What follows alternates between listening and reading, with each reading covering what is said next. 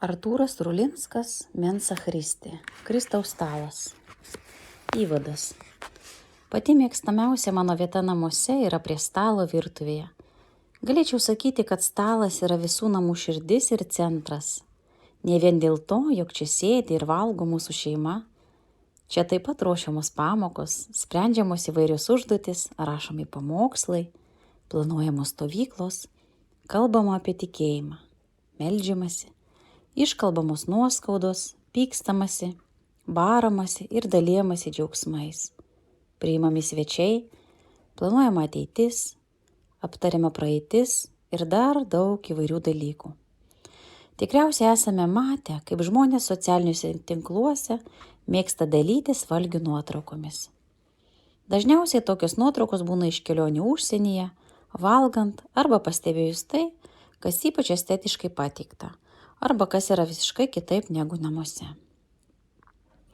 Į socialinius tinklus tokios nuotraukos keliamos norint pasidžiaugti savo laimę ir potyriais, artimiesiems sukelti sveiką, džiugesio kupiną pavydą. Vis dėlto namų stalas yra daug reikšmingesnis ir svarbesnis nei visi kelionių stalai ir ant jų sukrauti egzotiški patiekalai. Skaitant Bibliją paaiškėja, jog Dievui viena iš mėgstamiausių vietų taip pat yra stalas.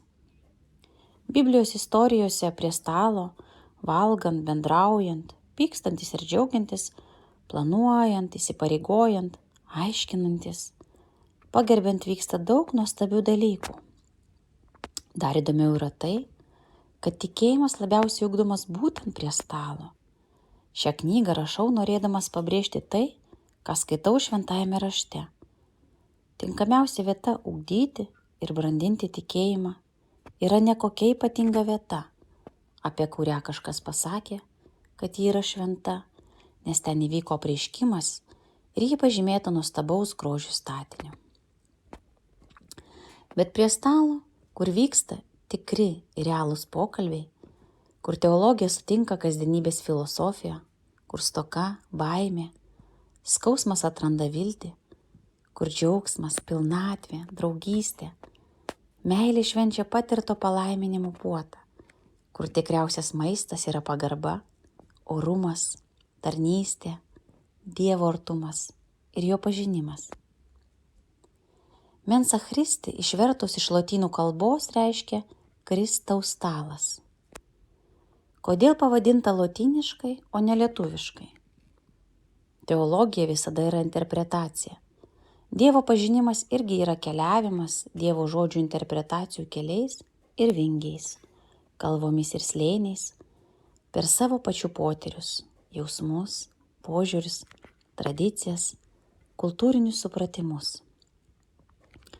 Apaštalas Paulius teigia, kad pažinimas dalinis ir mūsų pranašystės dalinis.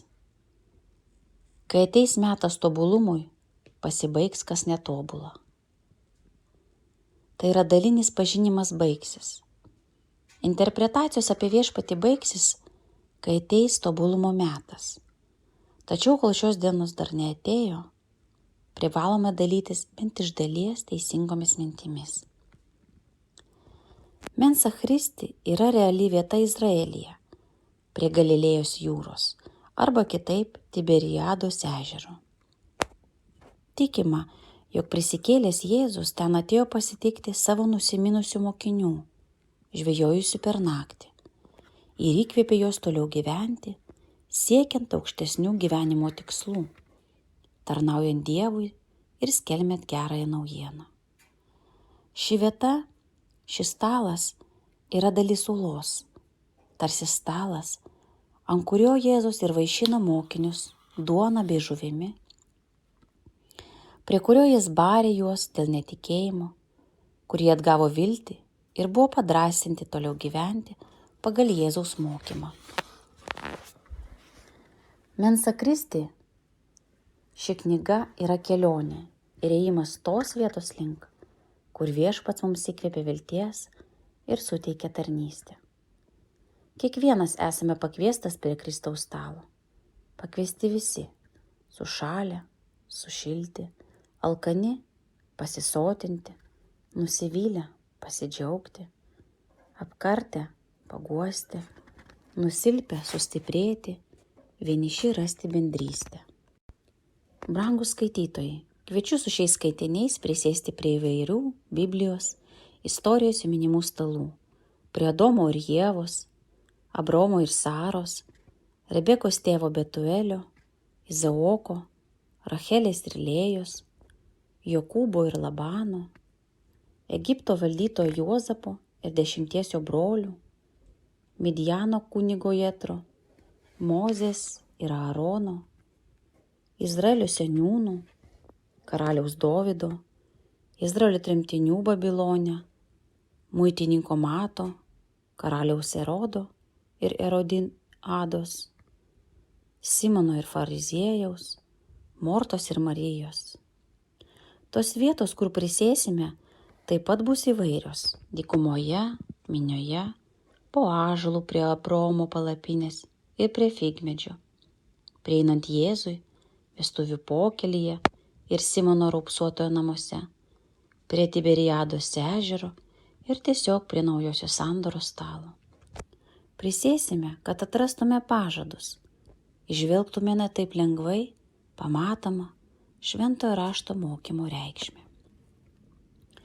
Fotografuokime nevalgomą maistą, įamžinkime dieviškąją tiesą, sustiprinkime ryšius, užmegzkime santykius, pastiprinkime draugystes, prisiminkime amžinąsias vertybės ir gyvenkime įkvėpti stalo teologijos požiūrio.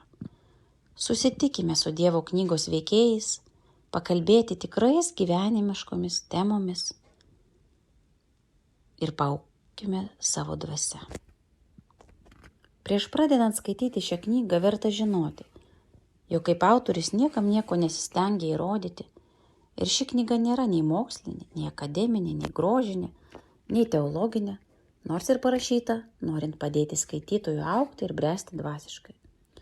Čia nesitaikoma užimti teisingiausio ir tikriausio pažinimo pozicijų, tik stengiamasi atgavinti pasilpusį regėjimą žvelginti Dievo tiesą. Užrašau ir pasakoju taip, kaip aš tai matau. Galima to pasakojimui tikėti, o jeigu ne, tada pačiam palinkti prie šventojo rašto ir po apreiškimo filtrą įdėmiai pasižiūrėti į Dievo karalystę ir į save pačius. Neabejotinai išvysite daug ką, kas iki šiol praslykdo pro akis, liko nepastebėta ar netaip suprasta. Skaitytojai pastebės, kad šioje knygoje nėra daug kitų autorių citatų ar kokių nors teologinių šaltinių nuorodų. Šių interpretacinių pasakojimų tikslas pirmiausia yra padėti Kristumi tikinčiam žmogui iškelti tam tikrus klausimus, apmąstyti kai kurias tiesas, suprasti, pažinti ir ūgtelėti dvasiškai.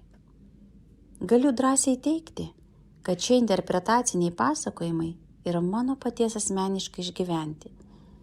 Jais buvo dalijamasi su tais, kurie mūsų dienomis stengiasi sekti Kristų ir rasti atsakymus apie tikėjimą, sekuliarizuotame ir įvairių dvasinių srovių bei mokymų veikiamame pasaulyje. Jeigu jūs, brangūs skaitytojai, nors keli šios knygos žodžiai priartins prie Kristaus stalo, mano tikslas bus pasiektas. Štai čia jūsų apmąstymo ir įvertinimo vertas pasiūlymas. Ateikite, pasimaitinkite Mensa Christi įžvalgomis ir aukite tikėjimu, bręskite Dievo pažinimu.